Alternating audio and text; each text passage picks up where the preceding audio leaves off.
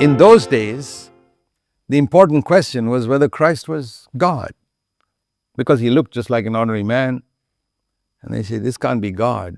ఆ రోజుల్లో మనం చూసినట్లయితే క్రీస్తు ఆయన నిజంగా దేవుడా అనేది ప్రశ్న. ఎందుకంటే ఆయన మామూలు మనిషిలానే కనపడుతున్నారు కాబట్టి ఈయన దేవుడు ఎలా అవుతాడని వాళ్ళు అనుకున్నారు. In spite of the attesting miracles, they did not accept him as God and they killed him.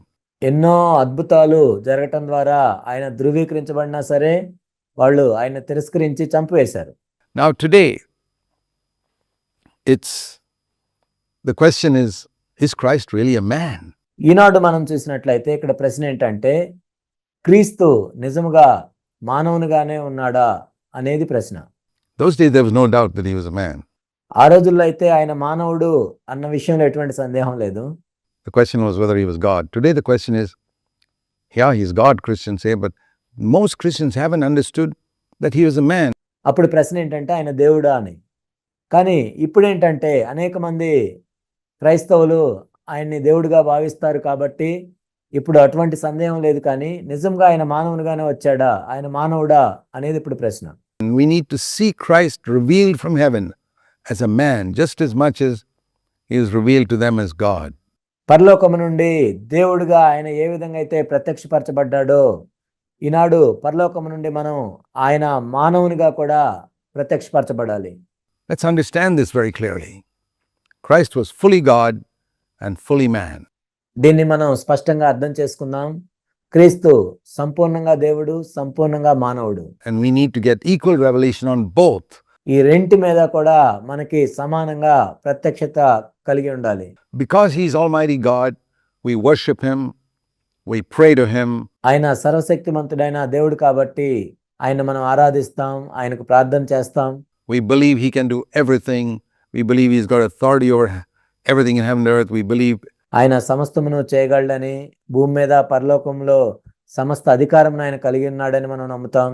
every name must bow at that name and acknowledge that Jesus Christ is Lord. ప్రతి మోకాలు ఆయన ఎదుట వంగి యేసుక్రీస్తే ప్రభు అని వాళ్ళు ఒప్పుకుంటారు. Everything, because he's God. ఎందుకంటే ఆయన దేవుడు కాబట్టి ఇవన్నీ జరుగుతాయి. And because he's man, I can follow him. I can overcome sin like he did. ఆయన మానవుడు కాబట్టి నేను ఆయన్ని వెంబడించగలను. ఆయన జయించినట్లే పాపాన్ని నేను కూడా జయించగలను. I can serve the Father like Jesus served the Father. యేసు తండ్రిని సేవించినట్లుగానే నేను కూడా తండ్రిని సేవించొచ్చు. I can be loved by my Father as Jesus was loved on earth. ఈ భూమి మీద ఉన్నప్పుడు యేసుక్రీస్తు ప్రభువాన్ని తండ్రి ఏ విధంగా ప్రేమించారో నన్ను కూడా ఆ విధంగానే ప్రేమిస్తారు. I can be filled with the Holy Spirit like Jesus was filled with the Holy Spirit on earth. ఈ భూమి మీద ఉన్నప్పుడు యేసుక్రీస్తు ప్రభువారు ఏ విధంగా పరిశుద్ధాంతో నింపబడ్డారో నేను కూడా ఆ విధంగా నింపబడొచ్చు. I can have gifts to serve my Heavenly Father like Jesus had if I see him as a man. యేసుక్రీస్తు ప్రభువారు తన తండ్రిని సేవించటానికి ఏ విధంగా అయితే ఆత్మ వరాలను కలిగి ఉన్నారో నేను కూడా ఆ విధంగా కలిగి ఉండగలను, నేను ఆయన్ని ఒక మానవునిగా చూడగలిగితే. So as I said, most Christians have seen him as God, but they haven't seen him as a man, and that's why they live defeated lives. నేను చెప్పినట్లుగా అనేక మంది క్రైస్తవులు ఆయన్ని దేవునిగానే చూస్తారు కానీ మానవునిగా చూడరు. అందుకే వాళ్ళు ఓడిపోయిన జీవితాలు జీవిస్తూ ఉంటారు. We need to see Christ as totally God and totally man. క్రీస్తుని మనం సంపూర్ణంగా దేవుడిగాను సంపూర్ణంగా మానవునిగాను చూడాలి. Blessed are you who have got that revelation from God the Father that Christ came to earth as a man. క్రీస్తు ఈ భూమి మీదకి ఒక మానవునిగా వచ్చాడు అన్న ప్రత్యక్షతను తండ్రి వద్ద నుండి మీరు పొందినట్లయితే మీరు ధన్యులు. And lived on earth as a man, overcame temptation as a man. ఈ భూమి మీద మానవుని వలె జీవించాడు, మానవునిగానే ఆయన శోధనలను జయించాడు. Was tempted like us to sin, but did not sin. మన వలె పాపం చేయటానికి శోధించబడి కూడా ఒక్క పాపం కూడా చేయలేదు. It's when you get that revelation from God that you'll come to a life of overcoming sin. దేవుని దగ్గర నుండి అలాంటి ప్రత్యక్షతను పొందినట్లయితే నీవు పాపం మీద జయించే జీవితాన్ని జీవిస్తావు. The main reason why a lot of sincere Christians live lives defeated by sin and accept it. అనేక మంది యథార్థవంతులైన క్రైస్తవులు కూడా పాపంలో ఓడిపోయే జీవితాన్ని జీవిస్తారు.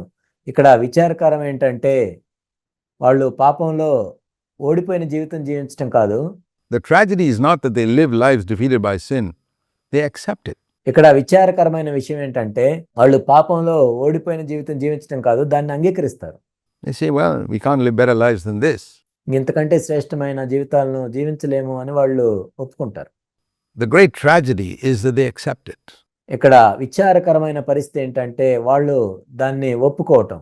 And the reason is, in the back of their minds, whatever they may say, they believe that Christ overcame sin because he was God.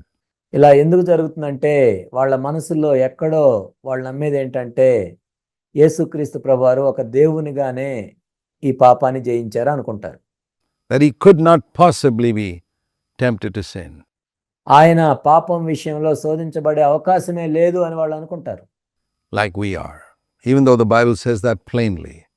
And all such people lived defeated lives. యేసుక్రీస్తు ప్రభువారు మనవలే శోధించబడి ఉండరు అని వాళ్ళు అనుకుంటారు. Bible ఎంతో స్పష్టంగా చెప్తున్నప్పటికీ వాళ్ళు అదే నమ్ముతారు. అందుకనే వాళ్ళు ఎంతో ఓడిపోయిన జీవితాలు జీవిస్తూ ఉంటారు. They could be better than others, there'd be a measure of holiness in them, but there's no spiritual development in holiness. వేరే వాళ్ళతో పోలిస్తే వీళ్ళు శ్రేష్టంగానే ఉంటారు, పరిశుద్ధత విషయంలో కూడా వీళ్ళు మెరుగ్గానే ఉంటారు, కానీ నిజంగా పరిశుద్ధతలో ఉండవలసిన స్థాయిలో వాళ్ళలో ఎదుగుదల అనేది ఉండదు. And that's what I've seen through many years of observation of Christians. అనేక సంవత్సరాలు క్రైస్తవుల్ని నేను గమనిస్తూ ఉండటం వలన ఇది చూశాను. We need revelation that Christ is God. We need revelation that Christ was man who came in a flesh like us. యేసుక్రీస్తు ప్రభువారు దేవుడు అని మనం ప్రత్యక్షత పొందాలి.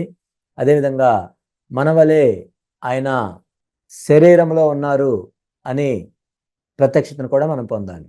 Not in sinful flesh. పాప సంబంధమైన శరీరం కాదు. There was no sin in him. He was born holy, but with flesh, with the thing called my will. ఆయనలో ఏ పాపము లేదు, ఆయన పరిశుద్ధుడిగా జన్మించారు. అయితే నా చిత్తము అనే శరీరం ఆయనలో ఉంది, which he had to deny every single day of his life in order to please his father. తన జీవితంలో ప్రతిరోజు కూడా తను ఉపేక్షించుకోవాలి తన తండ్రిని సంతోషపరచాలంటే. And it's on this rock that the church is built. ఈ బండ మీద సంఘము కట్టబడుతుంది. You can't build a church if you don't see Christ as totally God and totally man. క్రీస్తుని సంపూర్ణంగా దేవునిగా సంపూర్ణంగా మానవునిగా నువ్వు చూడనట్లయితే నువ్వు సంఘాన్ని కట్టలేవు. On this rock, a revelation that you get from heaven, I will build my church, and against that church, all the gates of hell or the powers of spiritual darkness will never be able to prevail.